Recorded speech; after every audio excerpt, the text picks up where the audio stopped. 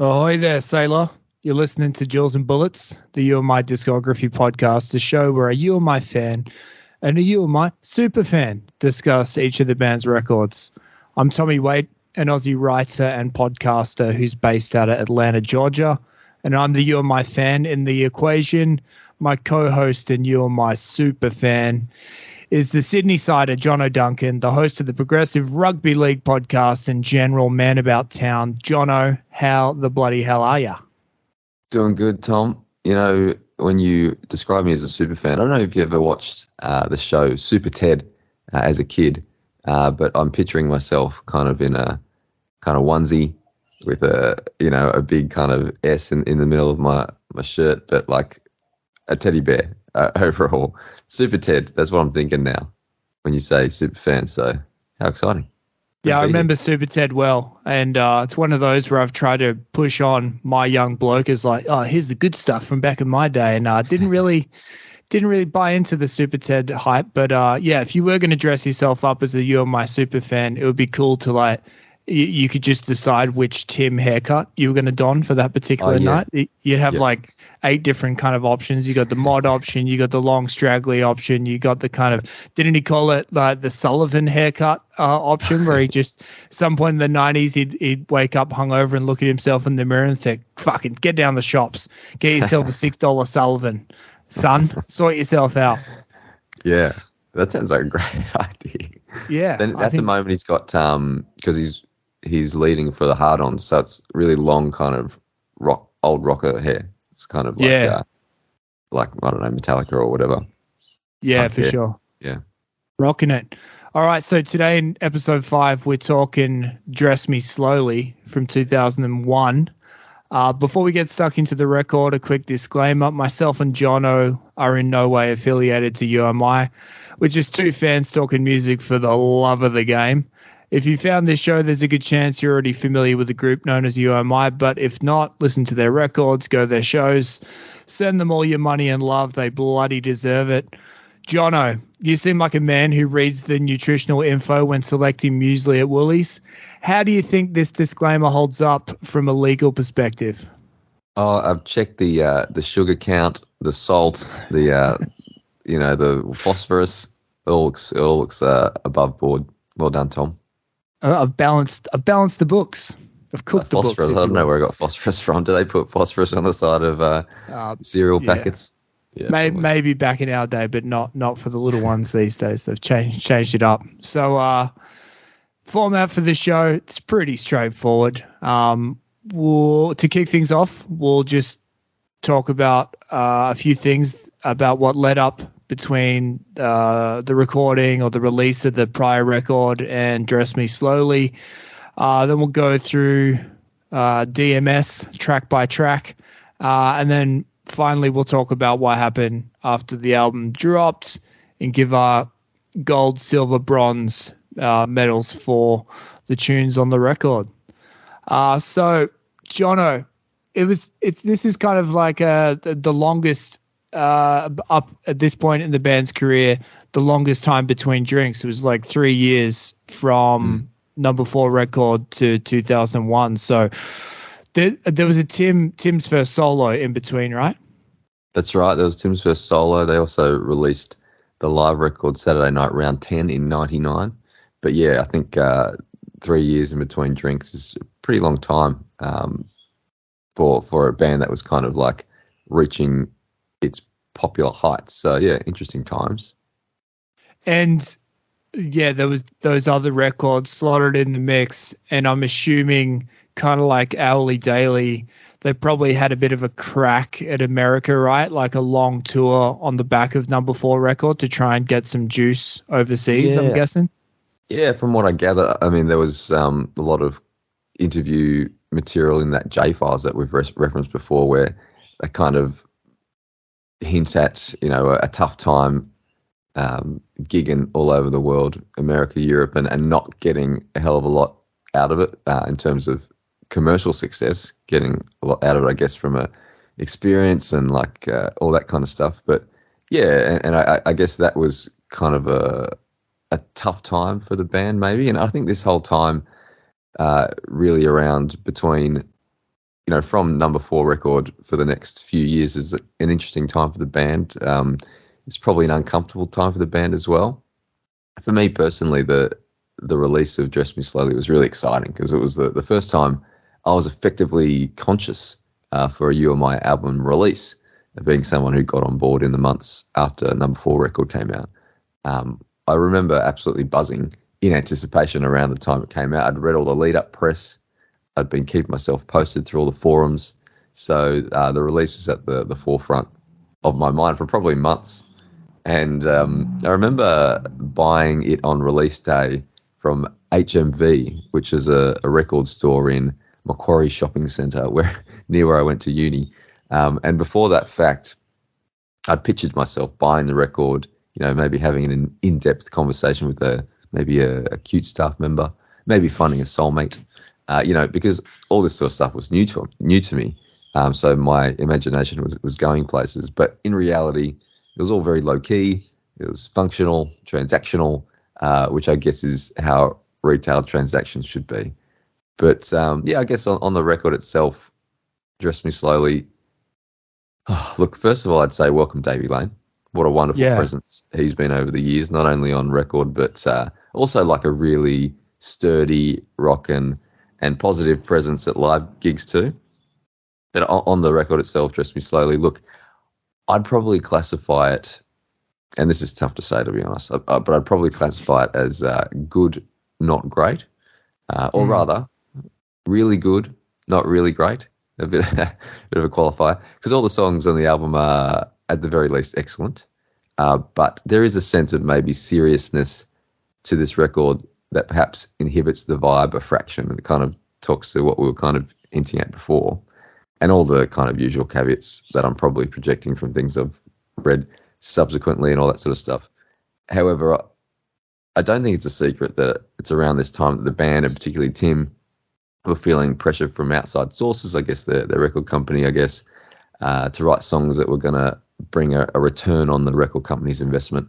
And like I say, maybe I'm projecting, but, I reckon you can hear a slight tinge of that pressure on this album, the pressure to be a contender, I guess. But the good news is there's absolutely no sense of the band selling out on the record. The songs are unmistakably theirs. They're great songs, some absolute pearlers. And there's not a hint of them trying to be something they're not, but there is a sense of being uncomfortable and maybe being under pressure that comes across in some of the choices for the album. Like the album cover, for example, it's super serious. I was just flicking through the booklet just then. In all the pictures, there's one smile in all the sort of photos, and you contrast that with the first 4 records. It's a bit more playful. It's a bit more lighthearted. It's a bit more irreverent. Yeah, I guess so. And so I don't mind the cover, by the way, but that's kind of my sense. And then there's some of the choices of which songs to spend time on to include on the album, and which to, I guess, spend less time on and keep as B-sides. And I guess this is what I hinted at last week, and where maybe I've gone a bit rogue or pathetic. I'll leave that to the listener to decide. So I've waxed lyrical about the quality of You Are My B-sides in previous eps. But this is the one time, and I think the only time, where I would make an argument that you would have had a better album by swapping out some songs from the album proper for B-sides from those same recording sessions, because the B-sides in these sessions are great. They're You Are My at their best, and some of them epitomise kind of what makes them a cut above. But I wonder if the record company or the producer or maybe even the band were kind of focused on how to make You Are My a big band, instead of saying, okay, what ingredients should we include to make this best record we can? Maybe they said, okay, these guys are good, they're pretty popular, time to take them to the next step, the next level of popularity. I don't know. And I want to emphasize, if there was any kind of misjudgment, and who am I to say, but if there was, it was only slight, because it's a really good collection of songs. But I do think there is a better record from the ingredients they produced during those sessions. And so maybe at the end of the show, I'll suggest a new track listing for Dress Me Slowly that I believe would take it from really good, perhaps into great territory. And I'm looking forward to sharing that with you, to be honest. I'm a bit nervous, but in the meantime, I think we should go through the tracks of the album itself because they're all worth talking about. Yeah, for sure. I think you just accidentally stumbled upon a better name for this podcast. It should have been "Who Am I to Talk About You Am I?" Yeah, that was pretty good. But yeah, no, I agree with that general assessment of the record, and I'll talk about my kind of personal relationship with the album as we go through the tracks. But I guess my takeaway from re-listening a couple times over the last week was that in the first 4 albums there were moments of like power pop and pop songwriting within within their albums, but with this record it seems like outside forces, or perhaps within the band, it was like, let's go more like pop rock, capital P, capital R. And I think in some moments they pull it off.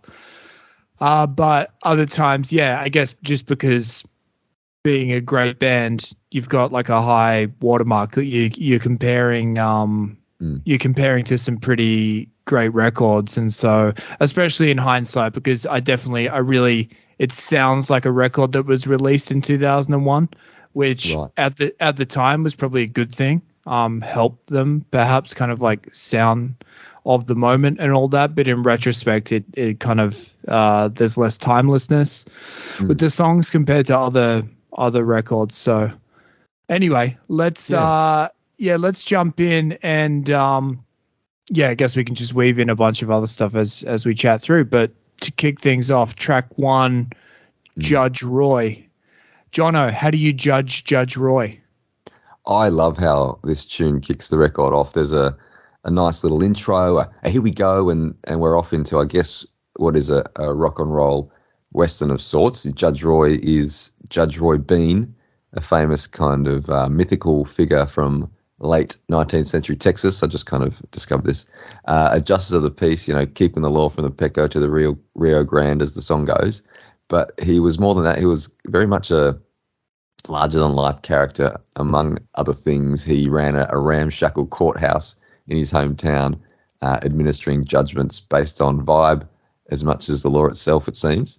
And he also had a weird obsession with the British actress Lily Langtry, who named the courthouse in the town after, I think, the Jersey Lily Courthouse in the town of Langtry. Thus the lines in the song, and sweet Lily Langtry whispered his name through the dust and all the sand. But yeah, musically energetic. It sounds great through the speakers, and lyrically, it's pretty cinematic in some ways. I reckon underrated live song too. Sometimes gets thrown in a set list, and it always goes down well. So I reckon it's a great start to the record. Yeah, great opener. I also did a little kind of deep dive on Roy Bean, and he was like a cowboy criminal in the first part of his life, where, not sure if you read, but he was having like a barroom gunfights, and he actually got sentenced for hanging in LA, and he got sentenced to be hung, and then like as it happened, the lady, he basically got in an altercation with, he killed some lady's partner, and then that was why he was getting hung, and then he got hung, but then that lady came and saved him, apparently. Wow. Yeah, but then he eventually became a judge and started gifting out wacky judgments upon the people before him. So I love this song, and I guess this is a very nostalgic album for me, because I mentioned before on the pod, my kind of real entry to the band was the Convicts record, and then after Convicts I went to the classics. I went to Hi-Fi Way and Ali Daly, thrashed them, and I was kind of just, when you found your sweet spot with your band, you're like, these are the albums I like. I'm just going to thrash these for the next 10 years and not really do a further deep dive, because this is what I like. Takes a lot of work, yeah. Yeah, but my buddy Alex, he was always kind of very much a discography type of fella, where he'd seek out the lot of it.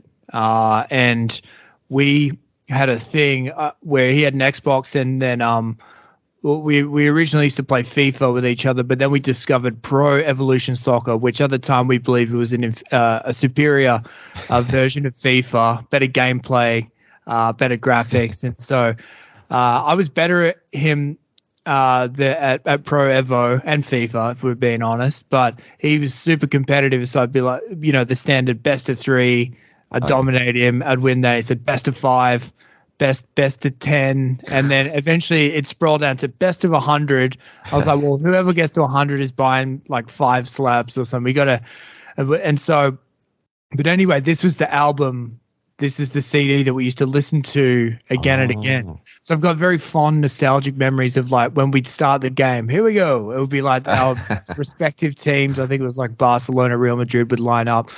But anyway, we both really got into this because it's it's fun on the background and we could fucking sing along like a pair of fairies. And but anyway, I would just second what you said. It's a great uplifting start to the album. And I like how the guitars sound. So, and it reminds me of the Pro Evo days from. I love the idea of Barcelona and Real walking out to the Bernabeu or something to the sounds of Judge Roy.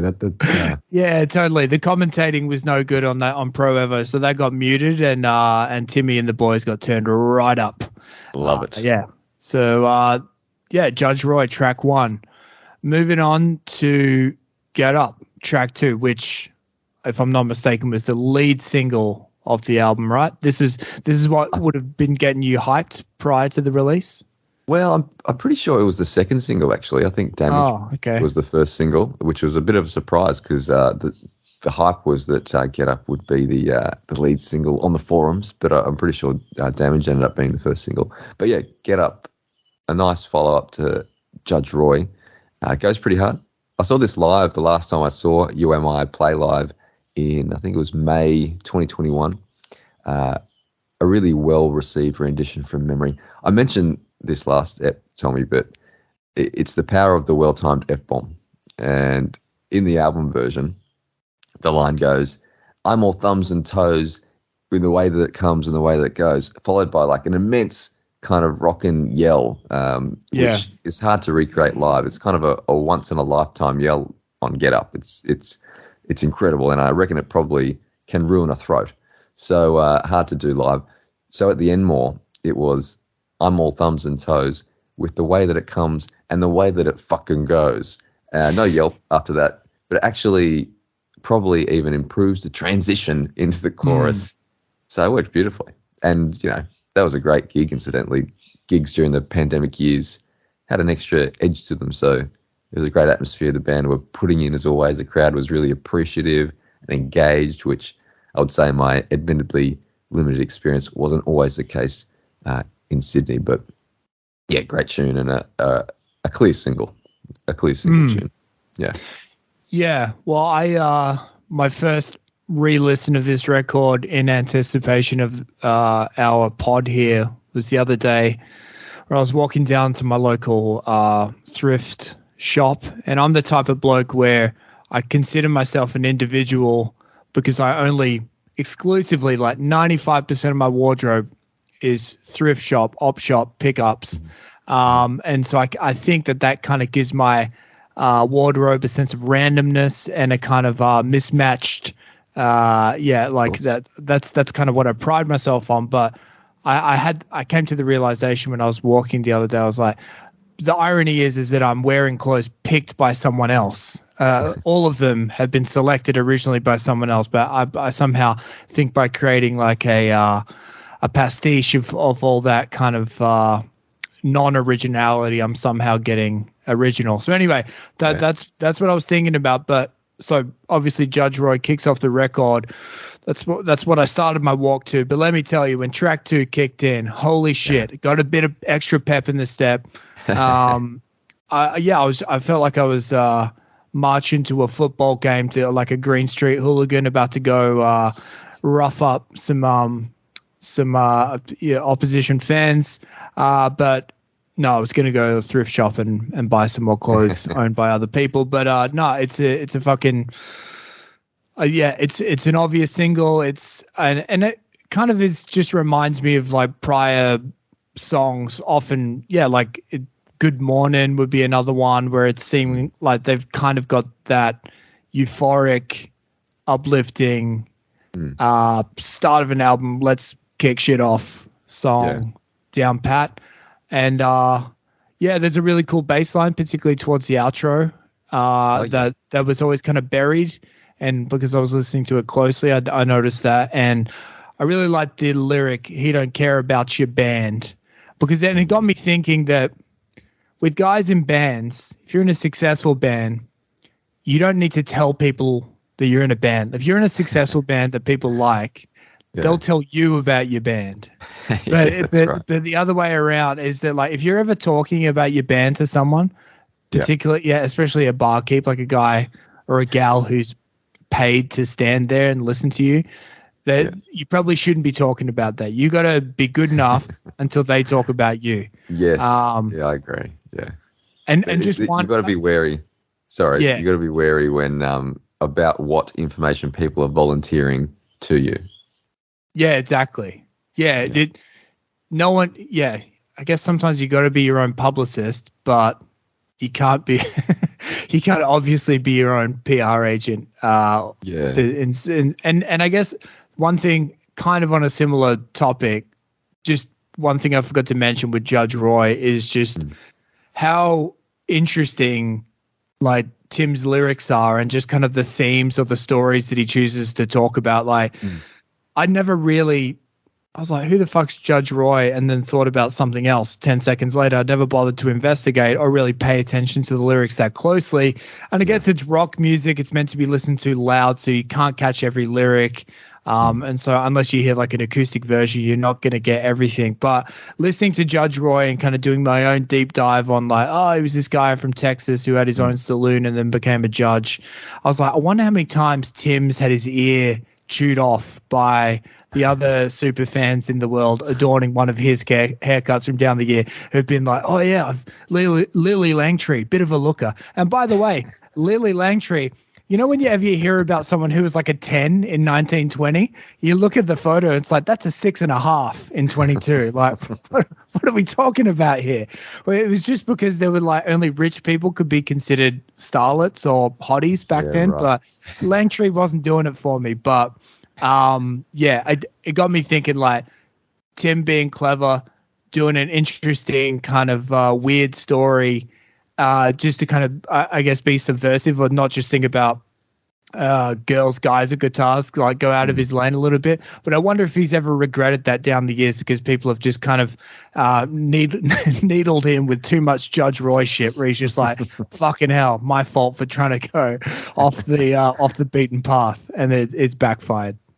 Oh yeah, it's a fine line, isn't it?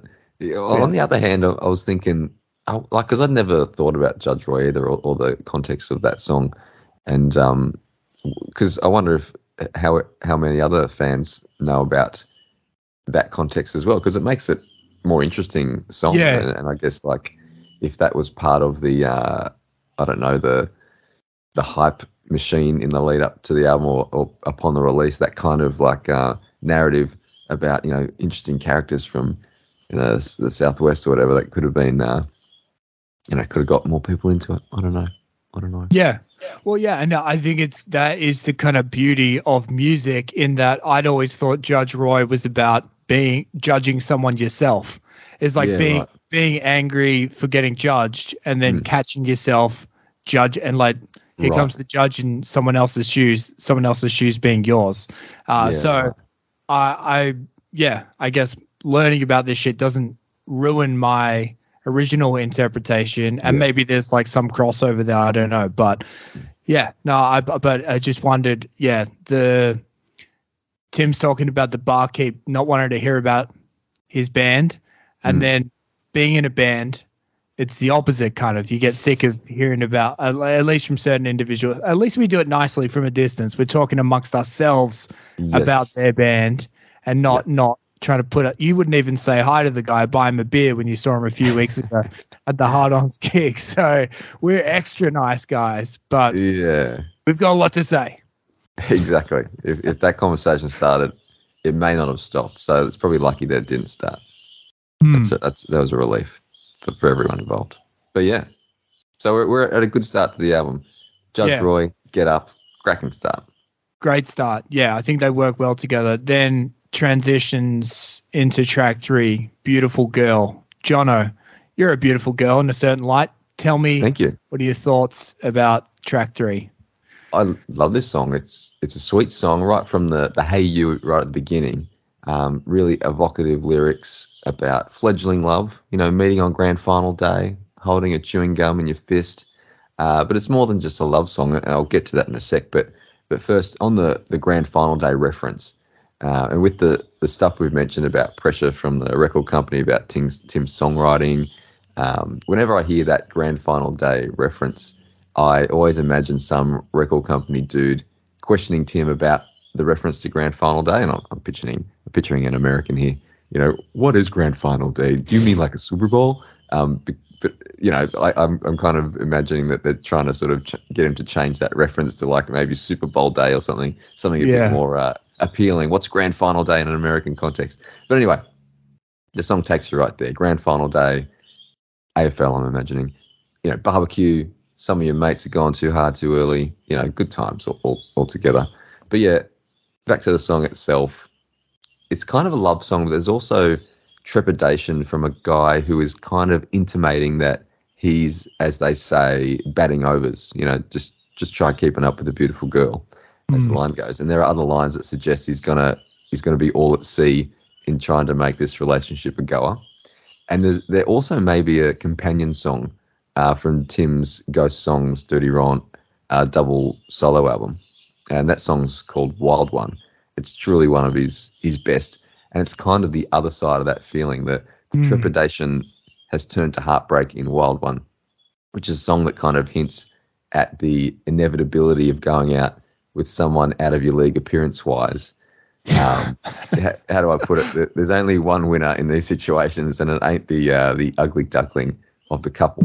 And actually, I remember Tim at a live gig with the Temperance Union, his band at the time, on those records. It was at the Opera House, one of my favourite gig memories actually. And he relayed some advice to the crowd, which was basically along the lines of, if you're going out with someone who's out of your league appearance-wise, great, but know that the likelihood is that at some point they're going to end up with someone just as ridiculously beautiful as they are, and they'll spend the rest of their lives talking about real estate. Now, of course, that was a certain time in Tim's life, after his divorce and all that. And he probably has a different view on things now. But at the very least, there's a morsel of truth in there. And I think there's an even better insight in that anecdote that I just relayed. And that is that ridiculously beautiful people, both men and women, are generally speaking, really boring. And I don't know, it's because things come easier for them and they haven't had to think things through, tricky situations through as much as the rest of us. I don't know. But I'm digressing. Back to the tune. The ending is where I hear the influence of Davey Lane for the first time. A nice little nerdly guitar bit to end the tune, which is the first real Davey moment in my mind. So welcome, Davey. Yeah, I like this tune. I also noted down the grand final day thing. I like that kind of as a lyric, just from like a story perspective, where blokes are kind of one-track mind, the sport, the mates, the beers on the big day, but then you've got someone who comes out of left field and like overshadows that, which whether you were completely not expecting. So I think it's kind of it's poetic and bloke poetry, which is what I double down on. And everything you said in terms of if you're a Langtree, if you're 6.5 out of 10, find someone else in your range and live happily ever after. And I guess this on this song, I did feel like it was a little. I've got this seared memory in my brain of, it was like one of the first big day outs I went to, and on the main stage early in the day where they were putting like Australian bands before Rammstein and all the big like international acts would play, they had like a terrible 1-2 punch where like Waikiki, that short-lived Sydney band, were playing right before Frenzal Rom, and the two main stages were right next to each other. So all the Frenzal Rom fans would amass waiting for it, and they'd boo, they'd drown out Waikiki's set with boos, which was disrespectful, but also kind of hilarious at the same time. But anyway, in an interview on Channel V, Jay and the Doctor from Frenzal Rom were asked about what they thought of their fans' behavior, and they were like, yeah, look, we think they're being dickheads. They shouldn't boo another band when they're playing. But yeah, if I'm being truly honest, I have zero respect for adult contemporary music, and so I thought, in Jay and the Doctor's typical kind of larrikin, honest manner, where it's like, you can't. Yeah, punks don't respect adult contemporary. And in the chorus here, I sense it's in the ballpark of adult contemporary. Yeah. And that in the ballpark, that's what I'm saying. I'm not adjudicating that this is a bullet by any stretch of the imagination. I love the tune. It's an adjoining postcode. Exactly. But there's something about the production, and I had this wacky idea. I was like, because this is kind of the first of a few tracks on this album where you can imagine, the very strong country and western influence. And I was like, would this have worked better as a duet? With like a male and female, kind of like a Kenny Rogers and Dolly Parton type of thing, where that. And so once I thought that, I kind of couldn't unthink it.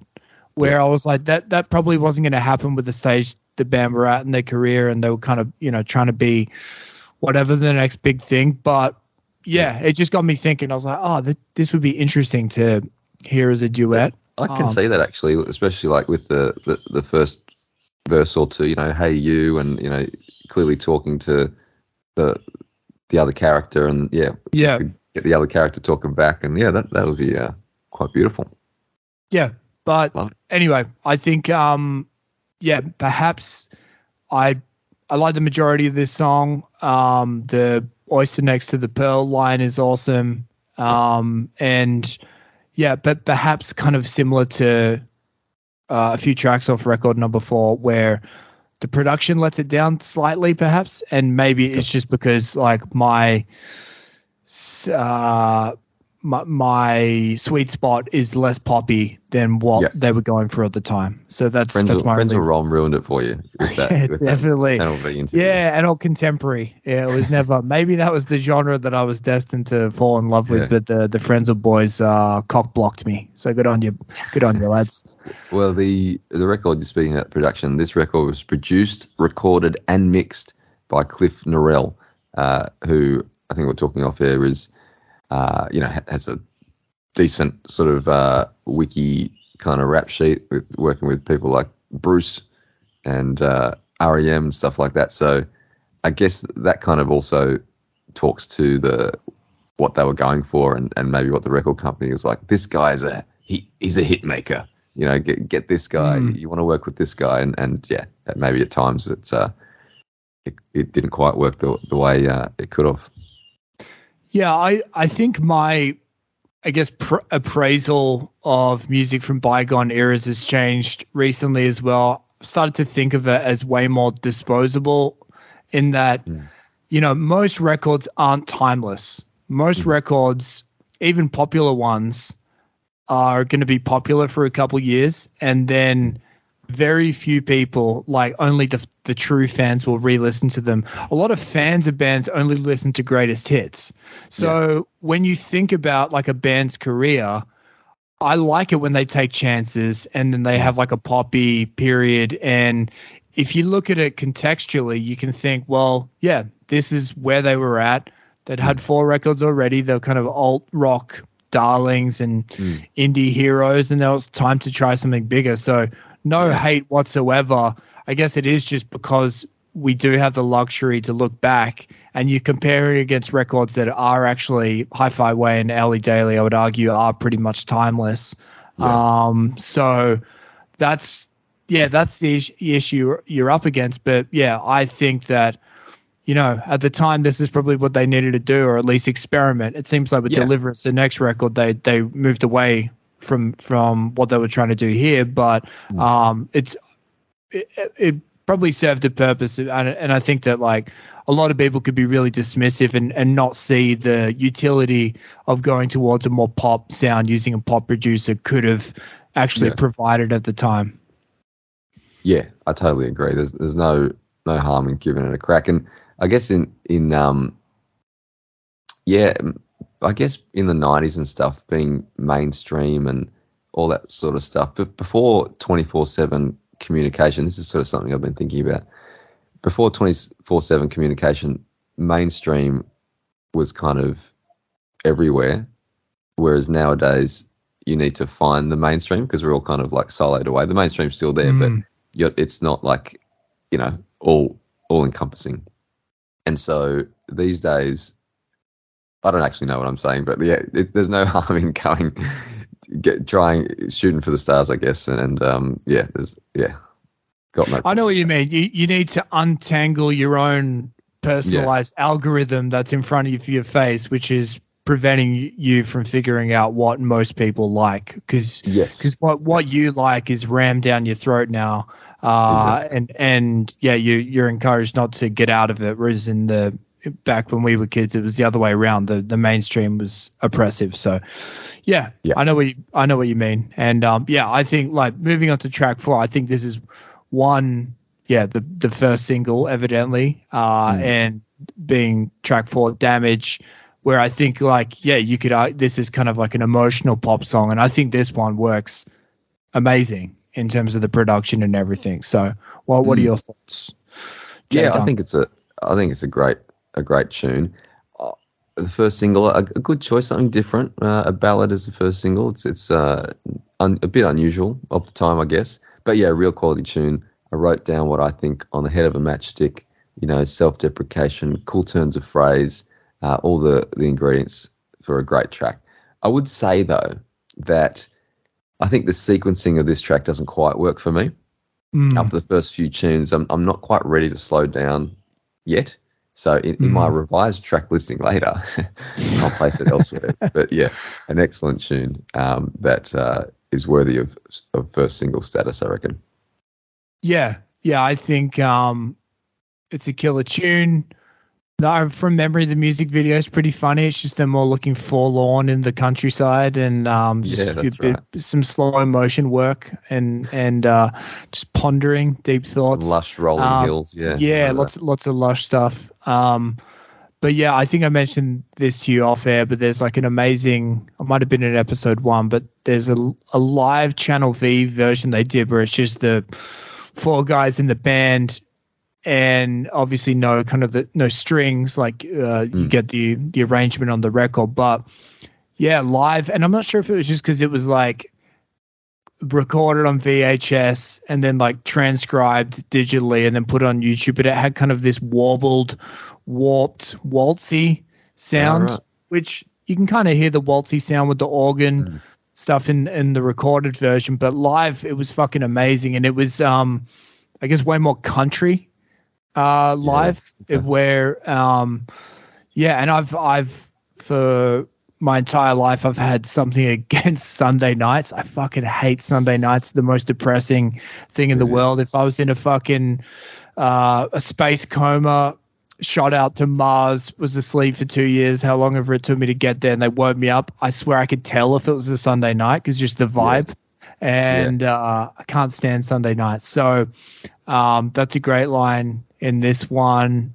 And thank God it ain't a Sunday night. Yeah.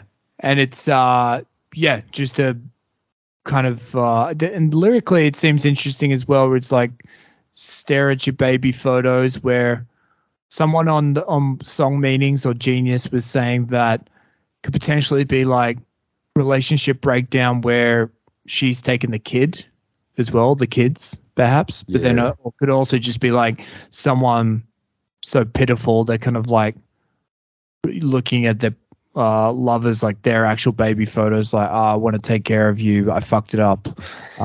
Yeah, so it's or it could be like, what have you become, like looking at their baby photos going, you used to be like so innocent, but now you're, I don't know. Now you're a Langtree. Now you're 6.5 out of 10, emotionally speaking. Cool. So yeah, Damage is a goodie. Track 5, Doug Sam, Wham Bam. John, what are your thoughts? Look, another figure from Texas, quoting from Wiki. He is regarded as one of the main figures of the Tex-Mex music scene, mixing American and Mexican influences. With his blend of music, he found success as the hippie counterculture soared in the 70s. Rolling Stone once wrote, again, this is from Wiki, that Lone Star music, at its best, in every form, was religion to Sam.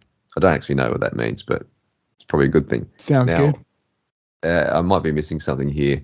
I don't think the song's about Doug Sam. There is reference to the song.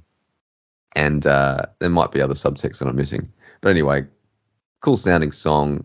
Goes well on the record with the horns and everything. Very enjoyable live too. I think Davey's really good at filling in for horns live.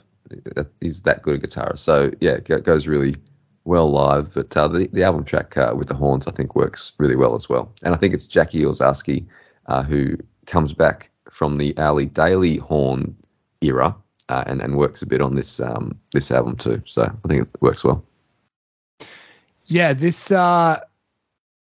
song, I kind of I actually have a funny memory from me and you where you played me the cover version. You know when like Adelita did Damage and then this is the Convict Stain, the sort of the bonus disc for Convicts, where they did a Live at the Wireless where a whole bunch of guest vocalists played or sung to You Are My classics. Yeah, and with this one, it's Enfa from 1200 Techniques, and I'm not sure if I'm kind of outing myself here as someone who kind of just racially profiles musicians, but when he did this, I swear I heard I was never one for bitches, instead of I was never one for pictures, and I thought that was, I think we were on a bus trip somewhere, and I thought that was kind of worthy of sharing with you, and you said, well, Tommy, lyrics are open to interpretation, and you kind of just brushed it off, but I could tell underneath it all, underneath the calm exterior, you were seething. You're like, does this bloke know that he's fucking with my favorite band here? Like, it was like on episode 1 where I said Train Spotting from Sound As Ever Sound. The intro sounds a little bit like Footloose, and you're like, yeah, you're pushing it now, buddy. again, the exterior, the outside was like, yeah, all fun and games. Good one, Tom. That was really hilarious. The inside is like, if this cunt does this one more time, I'm cutting my mic off. It's lucky we're not doing one of those like authentic podcasts that we record and put on YouTube where, you know, I'm wearing a bandana and showing my guns to show how authentic we're recording this. And so glad it's only audio, so you can't see my seething. Yeah, he's gritting his teeth here, but no, I fucking love this song. And I actually, maybe because we're talking about the Oasis Bros on prior number 4 record, but I could actually imagine kind of like the mid-career Oasis, kind of like the Hindu Times, Don't Believe the Truth era Oasis, which is around then, almost kind of like a cover. I could see Oasis covering this song where Liam's doing the verse and then Noel's doing the chorus, a little Gallagher Bros duet. But I think it's kind of because it's there's kind of like a snarl to the vocal delivery, and I'm a big fan of this tune. I think it's Lean on Me, goes beautiful. hard. And once again, I think we kind of see Davies the way the kind of, it's with Davey, I think they were always a rock and roll band, but I think they could really flex their muscles with the rock and the roll together. Because they could kind of the twinning guitars working off each other, Stonesy-esque sounds. So I think the lead licks on this one are pretty sweet too. All right. Track 6, What You Doing to Me. But yeah, I'll just quickly say my piece on this one. It's just this one sounds so much like an Oasis tune from the Hindu Times called Little by Little. It just there's like the intro sounds like it, the outro sounds like it, just the guitar tone, the kind of crescendo in chorus. So yeah, that was I know that they toured together, and there's only so many chords in rock and roll, but yeah, it just in terms of from a production standpoint, both those records were around this record and the Hindu Times were out around the same time, and so yeah, just got me thinking. It might have been the earlier one, Standing on the Shoulder of Giants, the other Oasis one, but anyway, I just thought that like Oasis were kind of well and truly in the kind of like that pop rock pocket at this point in time, and so yeah, it seems like the production they're kind of going in that same area with a lot of these kind of middle tracks on this record. Yeah, I get you. Well, What You're Doing to Me, I think upon the release of this album, You and I did a live at the Wireless, live from Luna Park in Sydney. I didn't get tickets to this, but it was a good sounding gig. They played it live on the radio on a Monday night, and I think they played the whole album all the way through. And anyway, I remember Tim saying of this track on that night that the band kind of thought this was the best track on the album. So I kind of, when we're talking about the mindset of the band at that time, I can kind of see that perspective. It's like a big kind of pop rock song and has a big chorus and things like that. So it's a good song too. Great starting lyrics. You drive me to drink, but I'm in for the whole trip. Promise you won't go out with a drunk on the road or use your fork to search for the toast. That's a great set of lyrics to start the track. So yeah, good track. I wouldn't say for me that it's the best track on the record, but yeah, a really solid mid album track. Yeah, it's hard not to think back and kind of think about other bands that were like around the same time. Like, I don't know, maybe there's like a touch of Grinspoon, just a smidge of Grinspoon, half a teaspoon helping in the chorus maybe.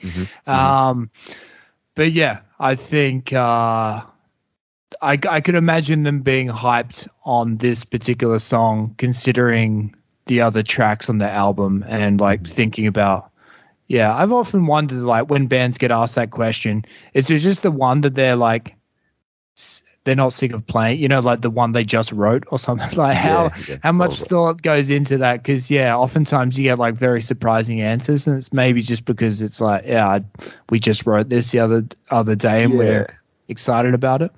Yeah, as you probably know, like when you get too close to stuff, like you end up kind of despising stuff. So you're probably right, actually. Yeah. What's your favorite, or what was the last thing I did? Yeah. All right. Track 7, Satisfied Mourned. Look, as a slightly obsessive fan, Tom, when I was at the shops, which I often was in my late teens, early 20s, around this era. Shoplifting before Johnno came just good? Walk around. Just walk around the shops. Laps. I generally go to all the music stores like Sanity, HMV, and any store that had music, like Maya, Big W, and I would check UMI was stocked there, and if necessary, give it more prominence in the displays of those stores. So I was going to Macquarie Uni at this time in my life, and in between classes, I'd spend a lot of time at Macquarie Centre, the shops, which is just across the road. And I remember going into HMV on my regular foray to ensure that the UMI display was best practice. And I remember them playing Satisfied Mind really loud in that store during one of my forays. And it was great. Riff sounded really good. I also remember seeing them play this live at the Castle Hill Tavern, which I imagine would have been a watering hole Tim frequented during his time living there in his mid to late teens. They were supported by Even, which is another band I've come to love over the years. The first time I'd really considered them. So probably not, I wouldn't say one of their most memorable gigs from their perspective, but I remember it very well. And Satisfied Mind is part of that story. Yeah, I this is one song for me where I'm going to tell a weird anecdote, but when I was living in London, I was working. The first job I got after I did my Northern European backpacking jaunt and all my money ran out, I went back to London and I got a job as a live-in. I worked as a bartender at this live-in pub. I worked like my first long week, and then everyone else went out on the piss, and I was exhausted. So I stayed home and watched like Match of the Day with this other guy, and who was like a non-musical guy. We watched Match of the Day, and then there was like just music videos on afterwards, and we watched this. At the time, there was this horrific song called "Goodbye, Mr. A" by the Hoosiers, who were this British band, just a pop band. And kind of like it was like a Freddie Mercury-esque Queen type of song. And then in the song, it's just this pop rock song. And then at the end, there's like, whoa, oh, oh, oh, oh, oh. It's like this chant or something at the mouth. I don't remember the specifics. And this guy was like, that's the best part of the song. That should have been in. Why did they just do it at the end? Should have been more throughout the whole song instead of like at the end. And and it was just funny hearing a non-musical person nail it. Like this guy could have been like, he didn't have the vocabulary of Rick Rubin, but he had the Rick Rubin nous to be like, yeah, why the fuck would you bury that part? That was literally the best part. And so for me, when I think about Satisfied Mind, the bit that I'm fucking always from back in the Pro Evolution Soccer days is when it drops. Hey, yours for 10, where it's got that kind of sound dynamic thing going on. And unlike the Hoosiers, they do the trick multiple times in this song where as a song on the whole, it's kind of, just, I guess like an average You and My song, like, don't hate it, don't love it, but then every time it gives me that, I'm like, yes. It's the, I don't know, just the interplay of the riff and Tim's vocal delivery hits the spot every single time. And I do like that. I think that's the joy of music, where it just the trick works every single time. Magic. Yeah, I do like that bit, how Davy's sort of lead kind of like weaves within the vocal there. Yeah, it works really well on Satisfied Mind. Yeah, totally. So that's Satisfied Mind, track 7. Track 8, Bring Some Sun Back. What do you thought? Good solid tune. One of my favorite lyrics on the album, where it goes, and I got a thing going with old Jesus Christ. He keeps me up from sleeping straight at night, and I need to tell you something about the baggage. If I could find the language, she walks like a cello in good vibrations, metered and deadly. I can't help but cave in. It's a great track. I reckon a really solid album track. It's one I rarely, when you listen to an album, you only have, maybe 20 minutes instead of the full 45. When I have my 20 minutes with Dress Me Slowly, I'll always listen to Bring Some Sun Back. It's a good solid track, but maybe not one of my favorites, but I feel like it's a good binding track within this album that kind of connects the front and the back. Yeah, I like this one because I think you get a glimpse into the future with this one, kind of like what the songwriting and the, I guess, kind of the sound that you get on Convicts, like where the song just launches, I don't know how to talk to you, where it just kind of launches. It reminds me of on Convicts where it's like BMX Ride and Bandit, you're in it. Straight away. Yeah. And so I think I personally prefer the kind of scruffy, more punky, quicker production and kind of songwriting that you get on Convicts. But I like this track because I feel it's, kind of what they did with Convicts in a few records time. And you can kind of see the glimpse of where, it's stripped back in a sense where they're just trying to get to the good stuff as quickly, get in and get out. It's like a bank robbery of a song, which I think Convicts has. Do we need a guitar intro for this? Nah. Straight into it. Gallop into it. Yeah. So that's track 8. Track 9, Weeds. Johnno, take us away. Oh yeah, such an amazing track. Exceptionally honest songwriting. chronicling the narrator's own shortcomings and also, I guess, his worries about the state of his most important relationships. He sure looks like your dad if he can still look straight at night. Oof, that hits you right in the gut. And this is also another song. I mentioned this in, I think, our Hourly Daily podcast, where for Who Takes Who Home, I always like to sing the backing vocal. And this is another song where I like to sing the backing vocal during the chorus. The bit where he goes, "Gonna sweep 'em all." I like to hit that backing vocal because it's a beauty. Nice. Babe, can we harmonize later? Not tonight. I'm tired. All right. Yeah, no, I big fan of this. Might be my favorite lyric on the whole album. It was the way she put her hand on her hip, the sparkle in her eye, but you wonder if it's going to be there all the time. Similar sentiment to keeping up with a beautiful girl stuff. And yeah, just an amazing, it's a country song essentially. And the chord change on the all the time is superb. I like the lyric "tats" right there on his toes because, folks, let's get real. Is there a bigger red flag than toe tats? I know you don't see toes very often, but if someone whips them out and there's some scribbles on the digits, the lower digits, you've got some problems. For someone with hairy toes, I kind of take offense to toe tats. I mean, how do you even get there? Yeah, well, if you got some really nice toe work done and you shave down to get the work done, got some beautiful work done, and then the hair grew back, that would just suck. You can show it off at the local pool. Check this out, kids. I'm cool. Also, by the way, I've got to mention you were kind of like when band street teams are like, yeah, we're going to put posters up, maybe a bit of graffiti here or there, bring your spray cans. You're the most responsible street team member of all time. Yeah. I remember reading a story about band street teams, like subsequently, like years later, and I was like, shit, I did that. I used to do that, like kind of at a very low key level and like a kind of pathetic level. But all I do is really like bring UMI to the front of the Ys. That's all I do, really. As you go from A to Z. That's something, mate. That's something. It's better than nothing.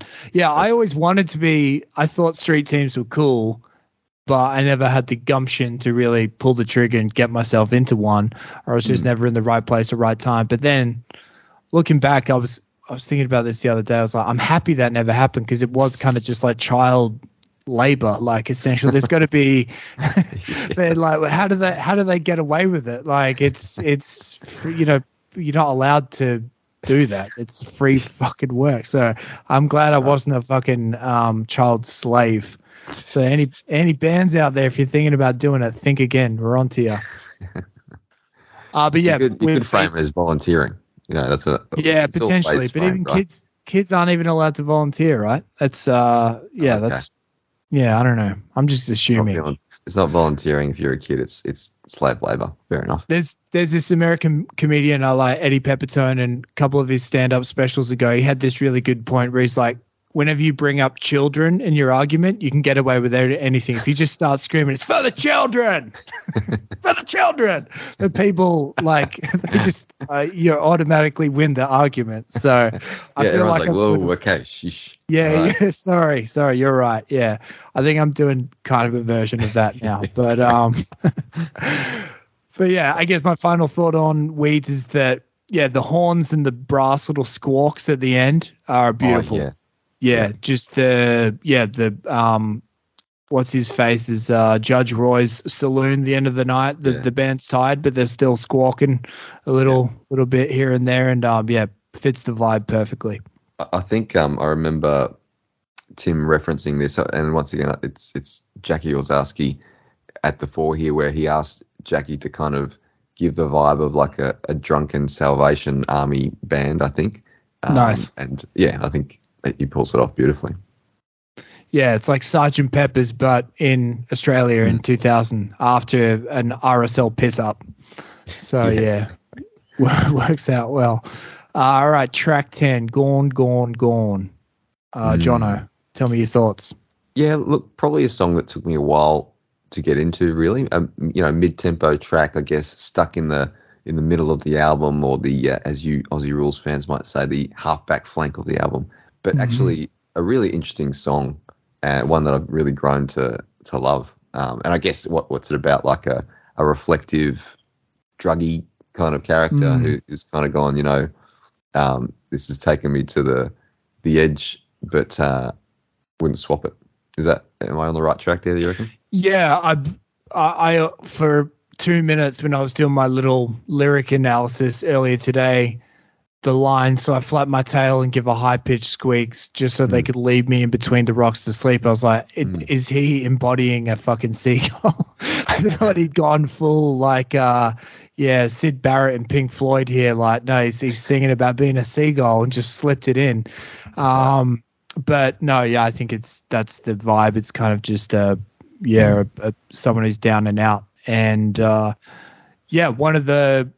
because you have to remember, me listening to this album 15 years ago, there was, Barcelona needed to try and figure out a way to break down Real's back four here. So my mind was on the job, task at hand, to get to 100 wins so I could win the 5 slabs. But occasionally the certain lyrics, which I think is evident across Tim's body of work, they just jump out of you and then latch onto your brain. But I don't know where the sadness starts, because I'm so happy I could die. I think that like it's kind of like when you've the first few times you go up a really high building, you have the Seinfeld talks about this as well. You have the idea, I should jump off this. And I don't know, the first few times that I was like euphorically happy in my life, I was like, yeah, I should die now. Like that was a weird, because I think your brain kind of short circuits itself when it gets so happy, and over time you hopefully get back to that euphoric place, and how to actually deal with that level of euphoria. I think it's a beautiful line. It kind of is, if I'm being honest, it's kind of like the thing that I like the most in this song. Is just because it always stuck with me. Yeah, I always remembered that one, which I think there's so many of those lines with Tim. A lot of songwriters, you've just got like one or two, but with Tim there's many, and for me this is one of them. All right. 11, Sugar. Is this about oral sex? I guess so. I'm very naive, Tom. I don't know about these sorts of things, but yes, I would say so. Like, it's a relationship song, I guess, but I think the message is, when things aren't going great, maybe less is more when it comes to the talking things through kind of thing. Sometimes the best approach is to get physical, the good kind of physical. Can we just get it on? Birds do it, bees do it. It's probably wise advice, a little less conversation, more action. I don't have to reference that, do I? But a little less. You know what I mean? Let's get down to business. Let's not talk. It's not a time for talking. Nah. Yeah, I had an issue with the phrase "get it on" when I was a kid, because, the infamous, really cool T-Rex song "Get It On," Bang a Gong. Obviously, that was kind of like Mark Bolan was a cool cat, and that was like a turn of phrase that was like sexually suggestive. But then it's like all those people who were cool when that phrase came about, then by the time I was a kid, they were like my parents, and it's just like the concept of like saying "let's get it on" to exactly. So I think that I've just had a knee-jerk aversion to that phrase throughout my whole life. Tim and the boys are of a different era, but I think sometimes you just got to get physical and stop all this fucking talking nonsense. It's like, honey, I think we need to talk. No, I've got different ideas. I'm just going to drop right down to my knees to do it. Do what? I'm not going to say it. I'm not going to say get it on. We're not talking. Talked about this, yeah. Talking ruins everything. All right. So I don't have anything else to say on Sugar. Are we done with the Sugar? That's enough Sugar. Done with Sugar. All right. So track 12, Kick a Hole in the Sky. Yeah. So and yeah, just this is one where it seemed like this one, and I don't recall, but there was a couple other tracks where they'd finished the record, and then like while they were waiting for it to come out, they wrote some tunes, and then they were like, "Oh, we like these new ones, so we'll fling them on."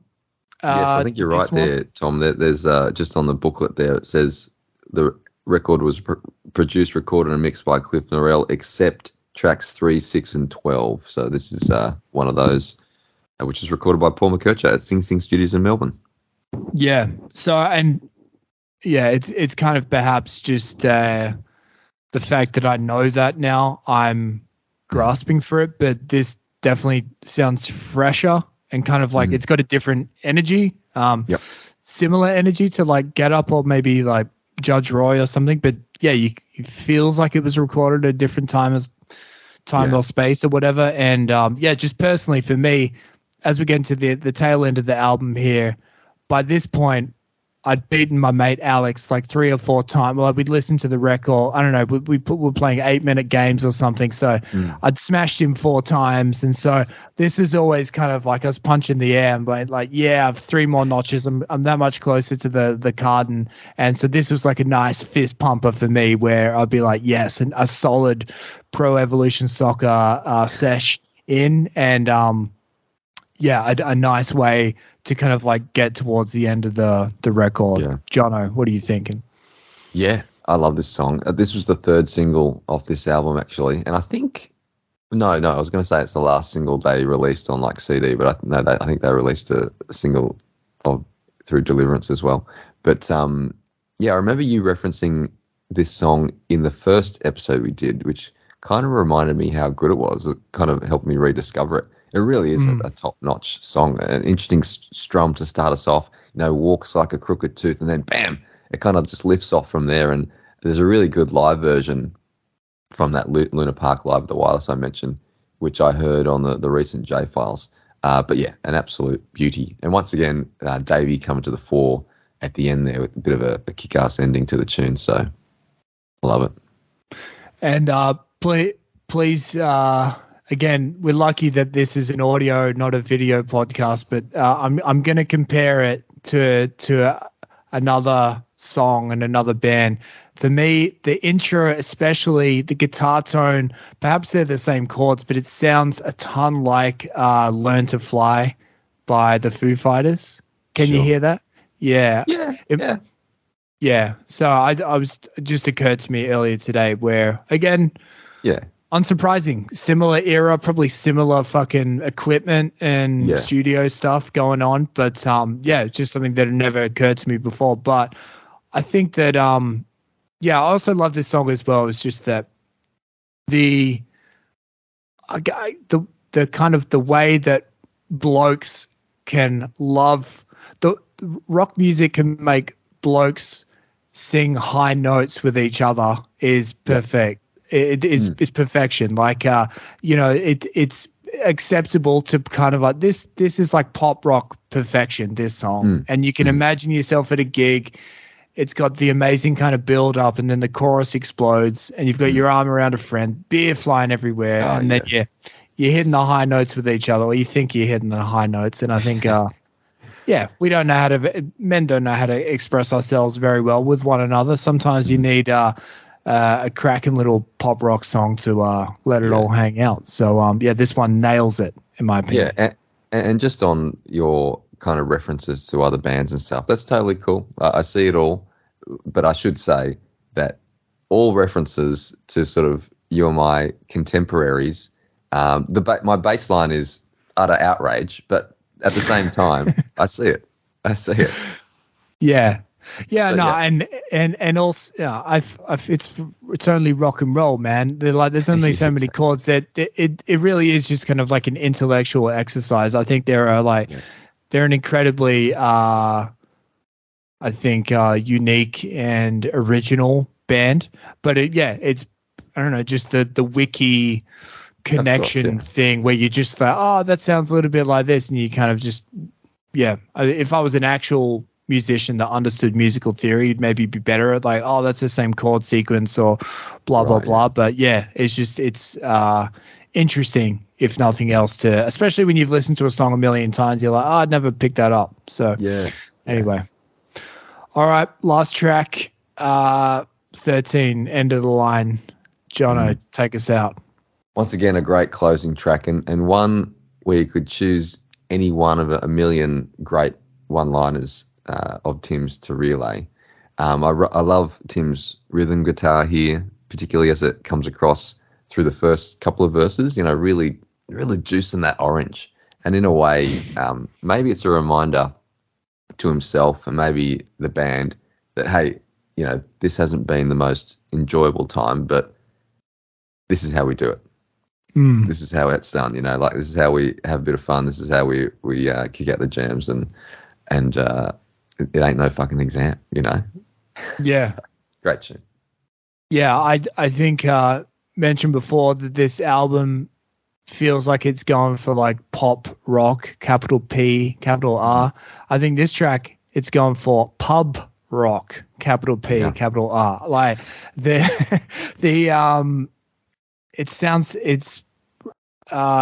I think it's maybe his best vocal performance on the album, and yeah, I'm going to do it again, but it reminds me of Cold Chisel, Barnsey, kind of just the intense, really strong delivery.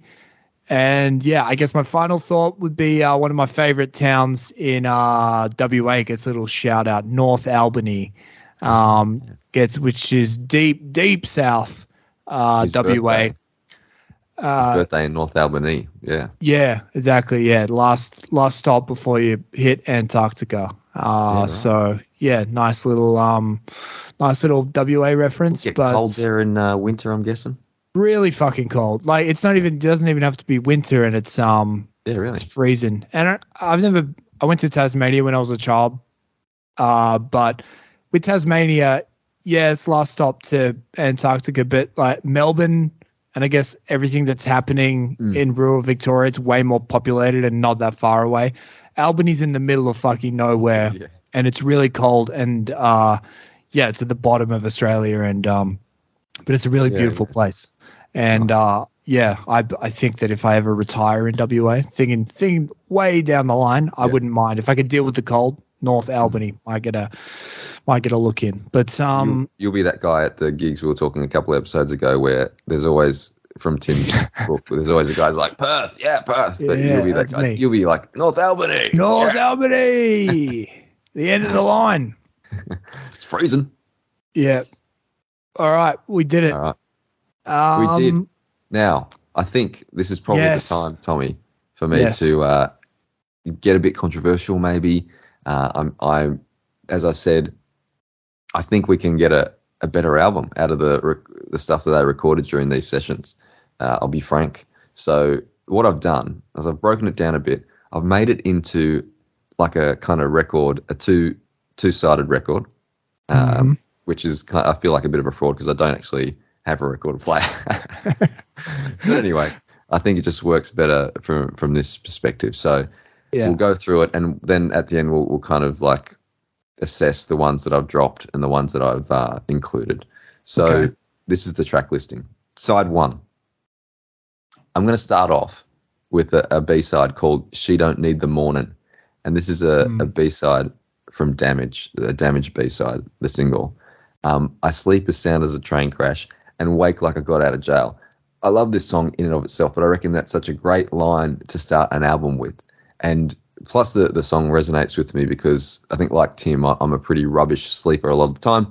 And this song perfectly encapsulates the travails of a rubbish sleeper. You know, my personal issue is I can't sleep past sunrise, and that's fine if you go to bed at a decent hour. But when I don't really have the ability to let the morning ride. I need the morning. My girlfriend, on the other hand, is a good sleeper. If she goes to bed late, she could sleep long into the morning. But, you know, as the song goes, she don't need the morning like I do. Maybe it's an anxiety thing. I need to get ready to face the world. I need the time. I don't know, but I love the song. Very interesting subject matter. Nice sounding rhythm guitar. There's an interesting little change up before the solo, and then Davey brings it home really nicely. So I reckon it's a great song to start an album with, and would work really well as an opening track on this revised Dress Me Slowly disc. Okay, so that's the first track. Then I go into Get Up, which we want as the second track. Beautiful Girl, I'm keeping in there. Doug Sam. I'm moving Damage out because, as I said before, I feel like I'm not ready to slow down at that point. So straight into Doug Sam, bring some sun back, slowing it down a bit with Gone, Gone, Gone, and then the last track on side one, Damage. So okay. I'm finishing this side with Damage, so we can kind of like, regather ourselves and get ready for the second half in Pro Evo soccer terms. Let's say. Then side two, I'm kicking that off with Judge Roy. So it's a great opening track. We'll talk about how much we loved it. I reckon this would be a great way to kick off side two and kick off the second half of the album to get us back into the groove, back into the spirit of things.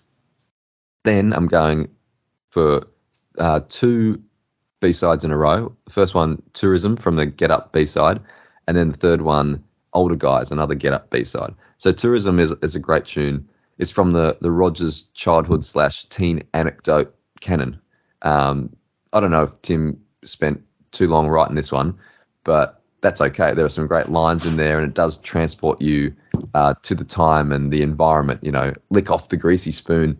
They're the first words. And the chorus is cool too, We learn everything from Mad Magazine, an A-grade education from a pinball machine. You crawl down the road just to get off the rack. Didn't want me to come, get your hand off my back. It's, I don't know, it's a cool song. And then Older Guys, for anyone who's spent a heap of time with and learnt from older siblings or cousins or friends or your folks or whatever, older dudes at school, this song really will ring some bells. And like Tourism, they're both like pretty relaxed musically and very kind of enjoyable listens. So side two started Judge Roy, Tourism, Older Guys, into Weeds, one of our favourite songs from Dress Me Slowly, into another B-side called 1 Cent Coins. This is from Damage. This is a pretty rockin' tune that really builds up to a cool crescendo. I like the vocal tone. There's some nice drumming touches by Rusty near the end there. Just a tune with balls and some great one-liners there, as usual, as well. And then we finish off with Kick a Hole in the Sky and End of the Line. Now, I don't know what you think about that, but I want to note, firstly, before I get to your thoughts, that Open All Night came close to being included. So this is a tune, I think, it's a Damaged B-side. It was from the Better Than Sex soundtrack. It has a raunchy film clip. But in the end, I thought that Dress Me Slowly already had a cracking closer in End of the Line, so I didn't include it.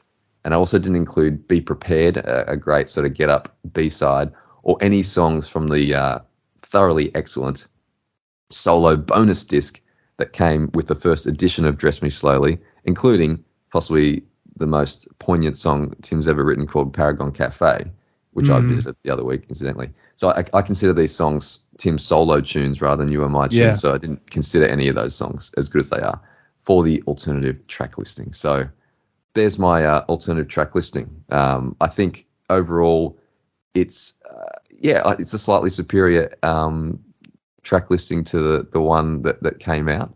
I've sort of deleted, and with a heavy heart, of course, I've deleted What You're Doing to Me, I've deleted Satisfied Mind, and I've deleted Sugar, and I've included She Don't Need the Morning, Tourism, Older Guys, and 1 Cent Coins. So it goes to a 14 track record. Yeah.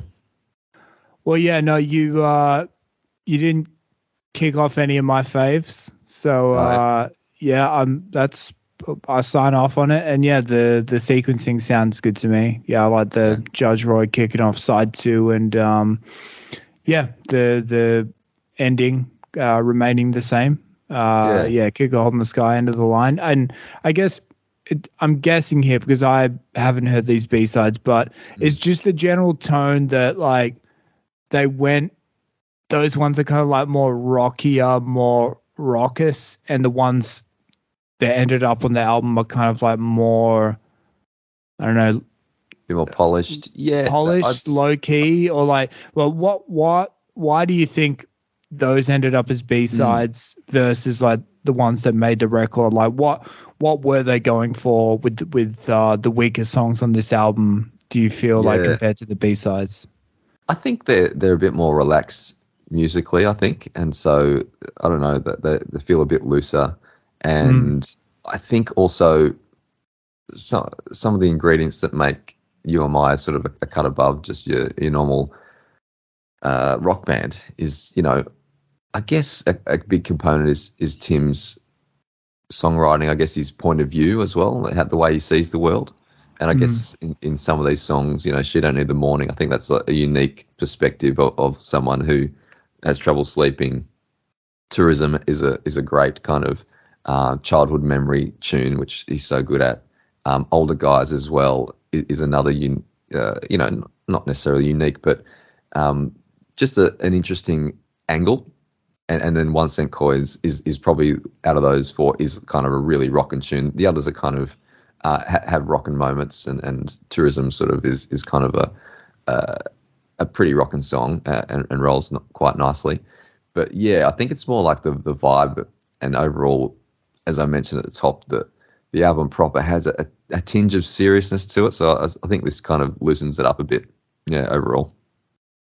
You mentioned before that when you've been in public situations, you're at a party or something, and like whether you have the balls to put on UMI, you have to kind of pick your spots. Like I want you to the kind of the final form of Johnno Duncan is you not only not being afraid to put it on a UMI record, but like putting on your remixed version of the album. That's, you're like, check this out. Like, when did this come out? This sounds like it was from early 2000. Well, actually, it's something that I cooked up the other week myself. I can imagine that kind of conversation. Yeah, I'd be escorted from the building, I think. Yeah, totally. It feels like a Peep Show episode or something where you're just offending other party goers or freaking them out. But no, anyway, I think that's before we get into our podium, the gold, silver, and bronze tunes from the record. What have we got to say about what happened? Because after the release of the record, I guess notably that this ruined their run of consecutive number ones, where this one charted at number 3, and it seemed kind of like their little purple patch there, at least commercially, was over. But then like Davey Lane was in the band, and I've seen a few live performances from around this time on YouTube. I think there's one in Brisbane at the Tivoli. Is that how you pronounce it? Yeah, there was, and I sensed that there was kind of like an acceptance to be like, well, we're an Australian band, we're going to do Australian tours, and kind of just like getting into that again, as opposed to being like, oh, we've got to crack America or go to the UK or something. So it seems like that it's interesting, like going back through UMI's trajectory, because like you oftentimes see them play at similar sized venues in Australia, but like at very different phases of their career, which is kind of rare, because a lot of bands, like, they start small and then go big and then die, or but UMI, they've played lots of the same venues. So yeah, it's interesting to look at. But what are your thoughts in terms of like the reception and what happened with Davey and the band from a live perspective? Yeah, I think, you know, just to your point there, I think they've kept on keeping on, which is just huge respect for that.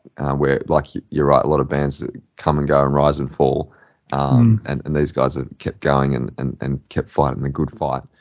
I would say, I think if you look at most bands, pretty much every band, there is a popularity peak that lasts a few years, and then, it dwindles from there. So, like, the trajectory of UMI is not unusual at all. It's actually very, very unusual to be extreme to be popular for a long stretch, to sort of maintain popularity. And so, but in saying that, it doesn't mean that wouldn't have been kind of jarring and frustrating and I guess annoying through that period for Tim and the band. Because I imagine in the preceding, 5-10 years, people were talking them up so much, saying, next big thing and, best band in the world kind of thing. They're going to love you in America and UK and stuff. So that would have been built up. And so the kind of commencement of the decline of their popularity, while, from an outsider's point of view, is kind of totally predictable. From the inside, it would have been, it probably would have hurt, I'm guessing, because also this was the time, wasn't this the time of like the rock revival and stuff? So while that's happening, you might have thought, this might be UMI's time to kind of, really take that next step. But that they were in their kind of inevitable kind of, slight gradual decline in popularity, while other bands that really were kind of, not impersonating, but had to give thanks to UMI for, breaking down the barriers and sort of giving them some of their chops. They were starting to sort of explode a bit. But of course, they've subsequently petered out while UMI continue on. So in hindsight, it kind of all worked out well, that it kind of gradually settled into a sustainable and something that could work in the long term. Whereas if the popularity continued for a bit longer, it probably would have just burst and ended. So kind of that's how I look at that period, and just with reading some stuff and sort of understanding that the pressures that they were feeling, it would have been hard. But I think from an outsider's perspective, it kind of, and in hindsight, kind of seems inevitable. Yeah, the way I see it is that UMI, they've always made UMI records. Like, this is maybe kind of like a poppier version of some other, but it's still fundamentally they've never completely sold their soul to like just try and jump on a trend or whatever. And so when I think about the band's career, like if you'd been a fan that had been around since Sound as Ever, you've been following the band for like 6, 7, 8 years at this point, like, and just people would have been like, their life cycle, that fan is kind of like maybe getting married, like having kids at that point. So if you're talking to that fan, maybe you've got that fan for life, but they're not coming out to gigs anymore. And so that the band has to make a choice. Is like, do I keep those fans with like the dwindling returns because they're not going to, be as dedicated as they once were when they were young and carefree, or do I get some frosted tips and try and appeal to the next batch of uni kids who are coming up? And so I think that UMI, the reason for their longevity is that they seemed kind of like, and it's probably got something to do with like Roger's songwriting, is that I think they were, even if they wanted to, they're probably always going to be incapable of like changing who they were as a band too much. And I think that's kind of, it probably hurt them at this point if their immediate goal was to try and have another number one record and be the poster kids of Australian rock for in terms of longevity, as you mentioned, I think it's helped them out because they've always made UMI sounding records, and so the fans that have got on board have stayed on for the long haul. And to your point about playing the similar venues for 20 years, I guess in a lot of ways that's a fantastic achievement to, because to do that you need to kind of replenish the stocks a little bit, like in terms of your fan base, and I do notice that as I keep going to gigs, like so the gig I mentioned last year, 2021, was a sold out Enmore Theatre gig, which is no mean feat, and the kind of make up the crowd. While it is kind of that generation that grew up with UMI, but it's also quite a few younger people, so it's staying true to what they know and what they love, and particularly Tim's unique style of songwriting. I think has worked well in the end to help them be, to help them be sustainable, I guess, and yeah, so I think that's kind of worked out in their favour in the end. Yeah, it's also just would have been a tough transition to sort of live through it, I imagine. Yeah, also maybe something I've always wondered about Australian artists in that, at the time, population would have been like around 20 million in Australia. Yeah. It's not like a big country. It's a huge, and the difficulty of touring is just like huge landmass, but with not much population. So, in America, if you're a band that's popular in America but not overseas, you conceivably could tour way more and make way more money. So I think, again, that's almost like a testament to their achievement there, is that they've, by the nature, they've had to play the same capital cities again and again and again. And people still coming out. So pretty impressive.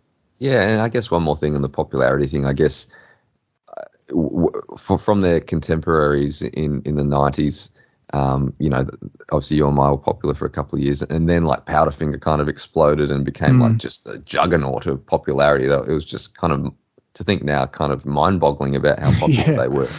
And so while they were contemporaries at that time, then in terms of popularity, Powderfinger just shoots up, and then You and I starts like an inevitable kind of decline in their popularity. And then a couple of years later, other bands like Jet and the Vines kind of explode in popularity, so that all of a sudden they may have kind of started feeling kind of like the forgotten soldiers, I guess. But what do you do?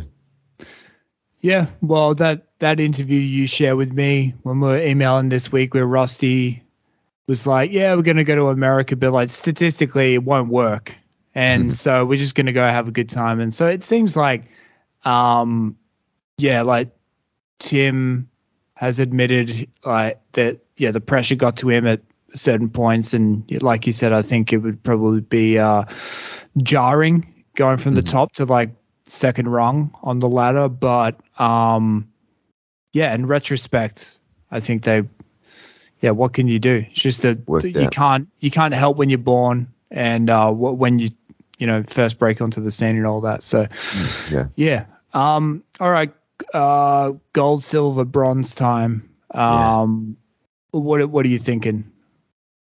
Oh, this is a tricky one. Okay, I'll start with my bronze. I'll go Kick a Hole in the Sky.